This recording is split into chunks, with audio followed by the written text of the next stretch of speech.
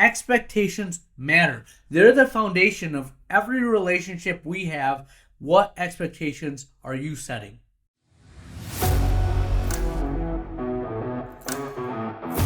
All right, my friends, the Ultimate OD Podcast. Today we are talking about expectations. Yes, expectations. The key to any great relationship is the expectations that they're built on. Your patients have expectations of you. Are you meeting them? Office talk. The life of a private practice owner. Trust me, you want to hear this. And then closing thought of the episode. This is the Ultimate OD Podcast. Here we go.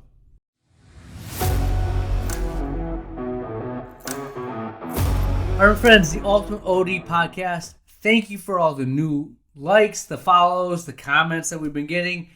This is awesome. We are growing. In 5 years, we're going to have an army of optometrists out there kicking butt, taking names, and dominating the private practice world. Private equity, you tried, you couldn't beat us. We're better, and we are going to take over the landscape. So, that being said, remember Twitter, my social media avenue of choice. Follow, like, get nuggets that I like to put out there. It's fun for me. You can see inside my head. Problem with that is my wife follows me on Twitter, and now she knows what's going on. I don't always like that, but hey, that's what happens when we put it all out there. Now, if you are listening to this right now, I'm at Vision Expo West. If you're at Vision Expo West, hit me up. Check me out. I want to talk to you. I love hearing from you. I love talking to you in person. How can we all get better? I also like Expo West because it's a little more casual and great food. I did one of my residency rotations at the Las Vegas VA. So I have a special place in my heart for Vegas. I love food. In about a few months, I'm going to have another food story for you. I have to do something about that before I have that story. But food, love it. Vegas is amazing. And I love to bet on college football. So it's like the perfect storm for me. Vegas, I love you. Gonna play some bets. Lions to win the Super Bowl. I don't know. Maybe how about the division? That being said, today we are talking about expectations. Okay? One of the keys to happiness, the keys to life, is meeting the expectations that you set. Key to a good marriage. What are your expectations? If you and your spouse expect different things, no bueno, not good. If your staff has different expectations than what you do, not good. Patients, different expectations, not good. Let me give you one of my favorite expectation stories. So, I'm gonna tell it first person. And this is just me telling a story because I like to tell a story.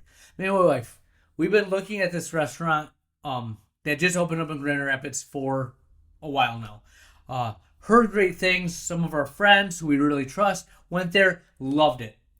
We have 4 kids, so getting out and going on date night, big deal for us. So got a babysitter lined up, watching my kids. Bless their heart.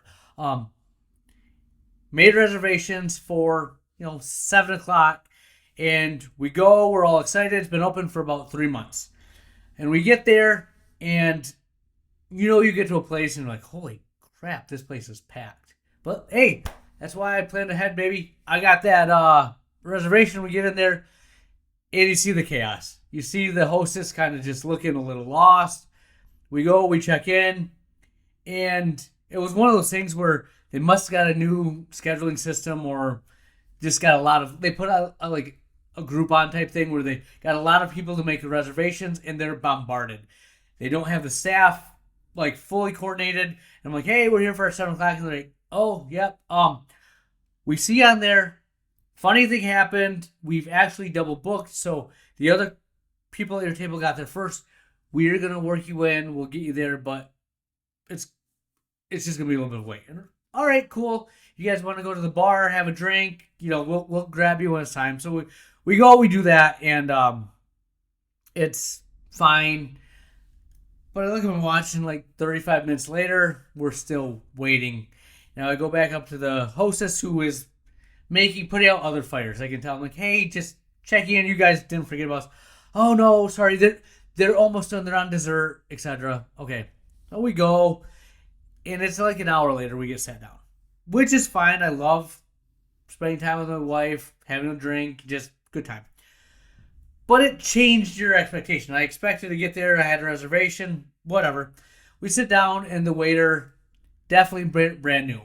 Oh, would you like to hear the specials? And I'm like, sure, go ahead. And goes over them. I was like, all right, can we get you a drink? Oh, no, we had drinks from the bar. And like, oh, drinks, did you close? Like, yeah, we closed out the tab. Just very confused, right? And then we put it in our order, and steak, filet, medium rare plus, bring that out. My wife, on a salmon kick, gets salmon, and she really is particular about it for some reason. Like, I don't know, so whatever she does, it's either blackened or some special things that she likes, and they have that, right? So they do it. They bring out our food, and my steak is not medium rare, not even medium. It's like well done. That's a waste of meat. And my wife's is not the blackened, whatever she wanted. It was just it's different, and she made the request. And we look at it, and I'm like, well, it's been a time, you know. I'm just gonna eat it, and it wasn't bad, but it wasn't great. Uh, we thought about having dessert, but we can't flag our waiter down. We're like, let's just go. My wife loves cheesecake. That's what they had. End of the day, we get done, we get back home, and like, how do you think we felt? Right? We had this built up. It's great. Now they had a bad night. Let me tell you what could have happened. And scenario B, this is what, in theory, could have happened. We go there, it's busy, it's crowded. The hostess is like, hey, we double booked you, but because we made the mistake, we're going to actually, and the other couple got here first, we're going to sit you in our VIP lounge. It's open, and we made a mistake, so you go up there. Awesome.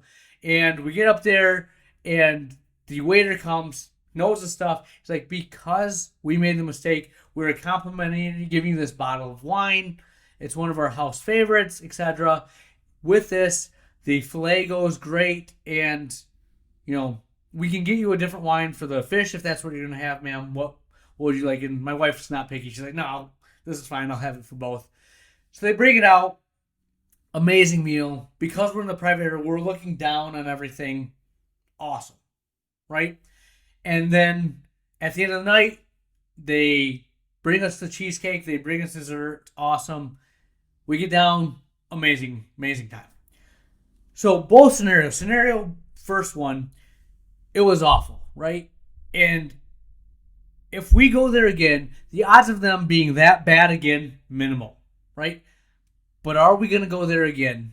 Most likely not, because we had the expectation and it wasn't met. We have a very sour taste in our mouth, right? In the second scenario that I outlined, we have a special memory. We have a connection to that place. Remember the time, Abe, where we went and they put us in the VIP seats? We felt like we were, special. They gave us the wine. The food was amazing. And even if we don't get that treatment again, we go there again with the mindset that we might get something special again. If something happens, they will take care of us. Our expectation was X. They gave us Y. Expectations matter. Now, why did I go into this long, drawn-out thing? Well, we set the expectation for our patients before we even meet them. All right? Before they come into our office, we are setting expectations. We are the first restaurant or we're the second restaurant, and this is going to change their view of who you are and if they're going to give you another chance, if they're going to keep coming back.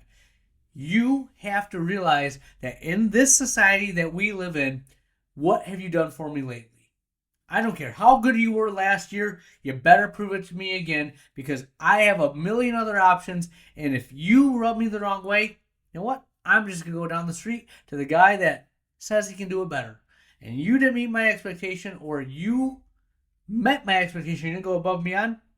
I want something more. All right? Think about that. So, your website, your reviews, word of mouth communication, right?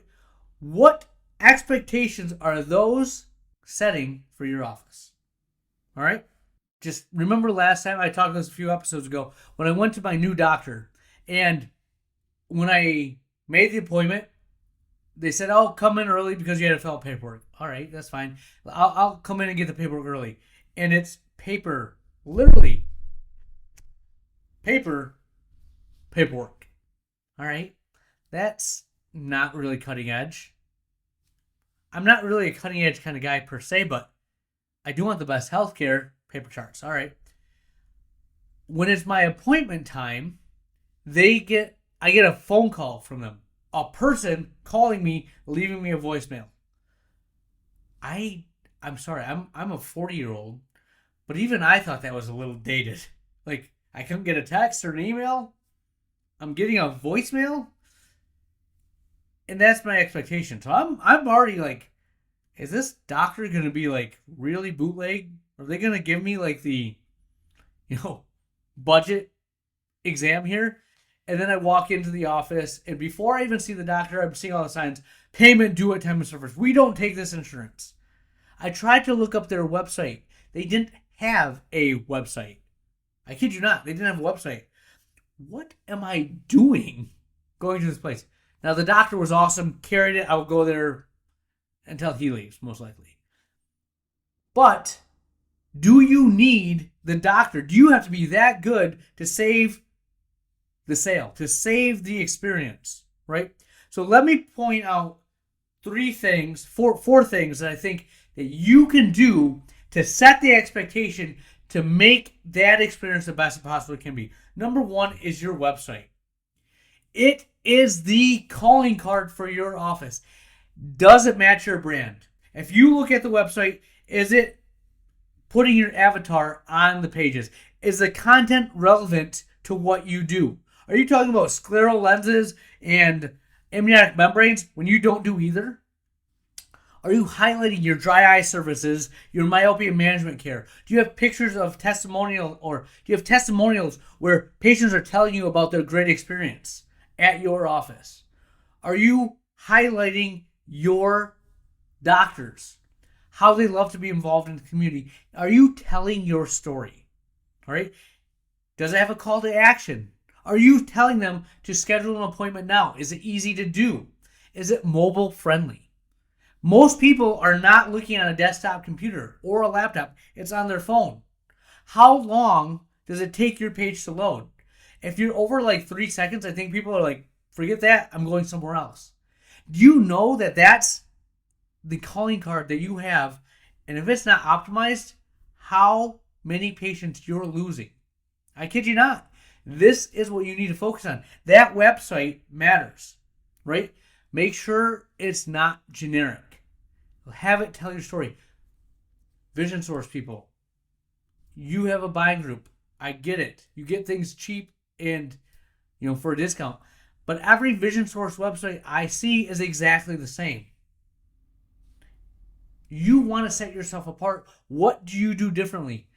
And if you're one of the Vision Source doctors that has a unique website, great for you.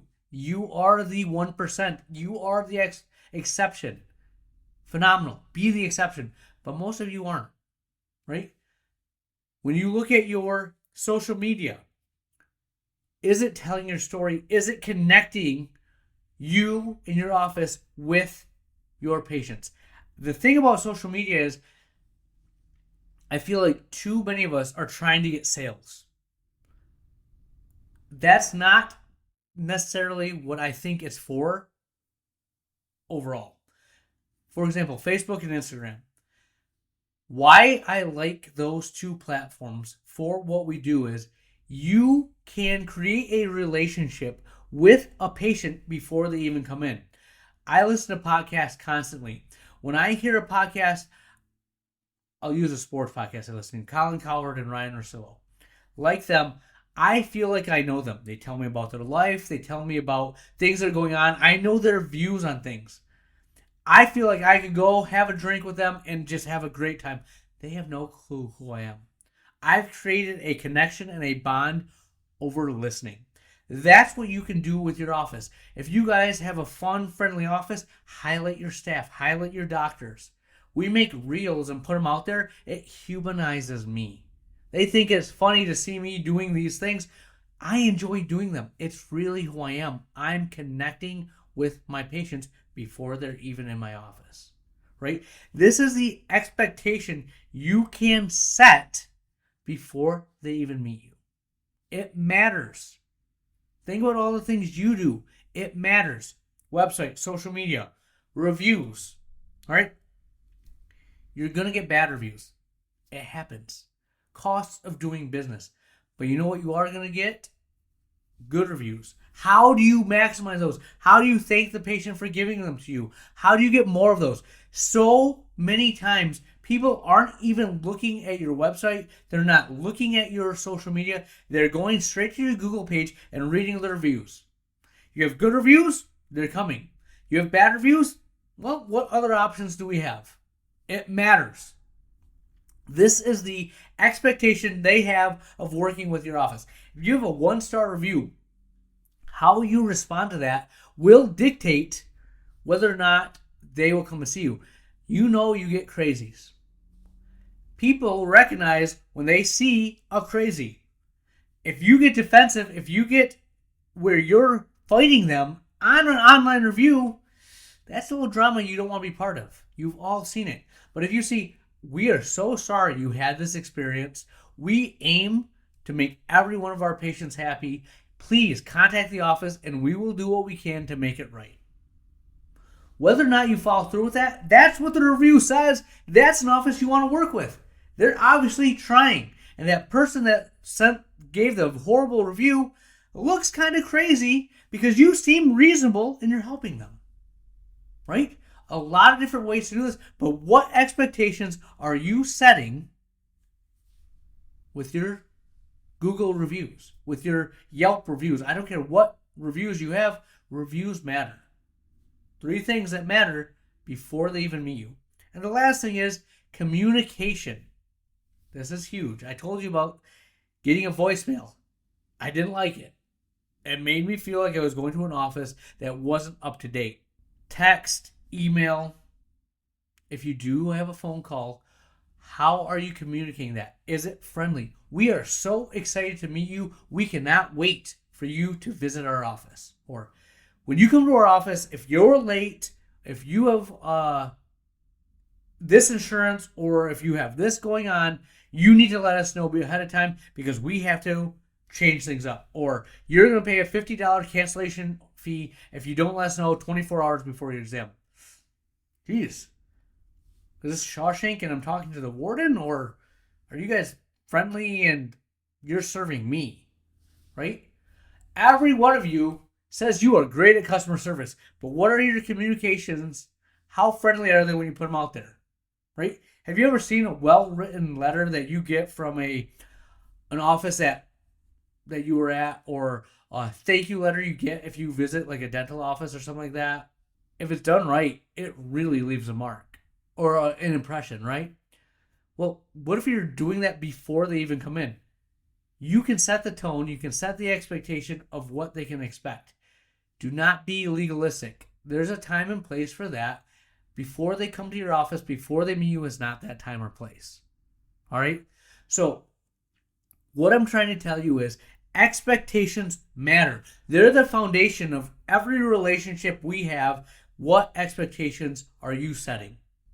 Make sure you look at these 4 things: website, social media, your reviews, your communications. You go out before they come in, because that's setting the tone of how the patient is going to view your office, the word of mouth that goes out, what they think about you before you get there. You set that bar real high. If they have high hopes, it's easier for you to wow them and please them and keep them coming back.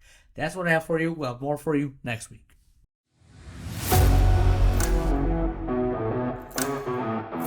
All right, friends, a little office talk. And I'm just going to share with you the life of a private practice owner.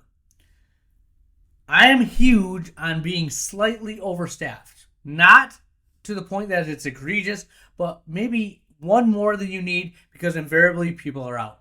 Well, I staffed up, so I had 7 full-time people, right? Hired the new staff member, made it a week. After the first week, she was late on the first day. Horrible precedent to set. Missed the whole second week. All right. Awesome. Well, I hired that staff member to be support because I also had another staff member that had to go get some medical stuff done and going to be gone for a week. Found out it was a 2-week visit. Awesome. Take care of yourself. But now I'm down a staff member for 2 weeks. Well, because it's now 2 weeks, another one of my staff members planned a vacation for that second week. So I'm down 2 staff members. The one that I hired to help be a backup out when she's coming back, we do not know. So no matter what you do, how hard you prepare, guess what's going to happen? People are going to be gone. People are going to be out. And this is where I think the good offices are separated from the below average, and the great offices. If I'd ask you, what do you think the difference is between the great office, the good, and the average? How can you make this work? The simple answer is systems, right? I have created systems in place that we can operate 3 down and still function at a high level. How do I do that? Well, number one, there's priorities. Every morning we have a morning huddle. We are as prepared as we possibly can be for the schedule. I set the tone. Hey, the patient in front of you is what matters. If they're in the office, they get your attention. If they're on the phone, that takes next precedence. If there's stuff in the back, we have to check in frames. We have to make phone calls. If we have to do anything like that, that can wait till our lunch hour when we have dead time. Or it can wait till the next day because the patient in the office is our most important concern right now. And we survived. And you know what's happened because we've had these protocols? We've saw some bottlenecks in our system. We've seen some weaknesses that because we had so many staff, it was making us inefficient in certain aspects of our flow. Because although so many people could do it, no one would step up and do it. We're actually operating more efficiently, more effectively with less staff. That leaves a mad scientist with time to play. As I've talked to my leadership and management team, we are switching up what we're doing. We're also switching up our our responsibilities for our staff. We have 3 areas that we kind of point out. We have technicians, we have front desk, we have optical. We used to be like, you need to know all 3. We're now going to switch to 2 of the 3. You can be optical in front desk or you can be technician in front desk. All right? Everyone will know how to do front desk. Make an appointment, answer a phone.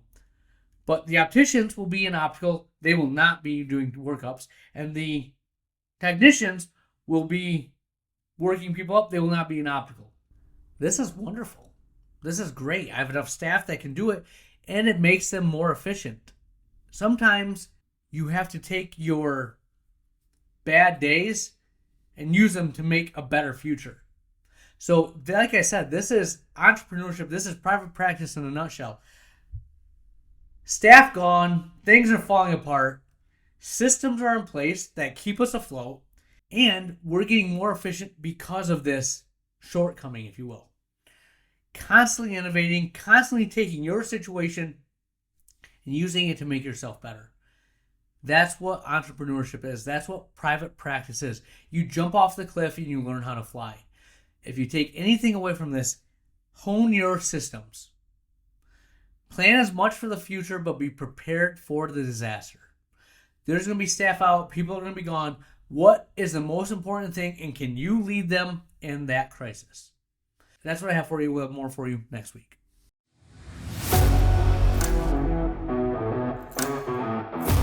Where, oh where has the time gone? We are to the closing thought of the episode, and today I will leave you with this timeless wisdom from the ageless or aging Benjamin Button. Right? The old guy that got younger, weird story, not really sure how it works, but he says in that movie, our lives are defined by opportunities, even the ones we miss. And that just got my brain thinking. We always think about the opportunities we have in front of us that we're going to take, that we're going to do, but rarely, if ever, well, hindsight's 2020, right? And I do think about it often, but the opportunities that we had that we didn't take advantage of. Now, there's no sense in dwelling on those opportunities that you missed because you can't do anything about it. But it does define us.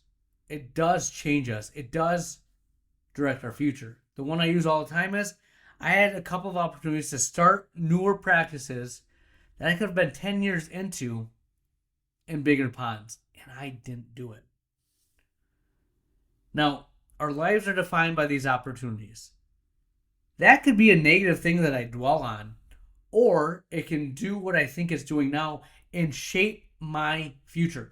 Everything I go and do now is with that lost, missed opportunity in mind. When I tell you guys to focus on the moment and make it as big as you possibly can, it's because I didn't do that when I started. And those opportunities, the ones I missed, have defined me to where I'm at now. Now I think I'm going to use it to get better, but not everyone uses it as a springboard. They use it as an anchor. And they let it hold them back, they dwell on it, and it breaks them. Focus on the opportunities that you have in front of you, but let those past misses shape you for a better future. That's what I have for you. Dr. Lily out.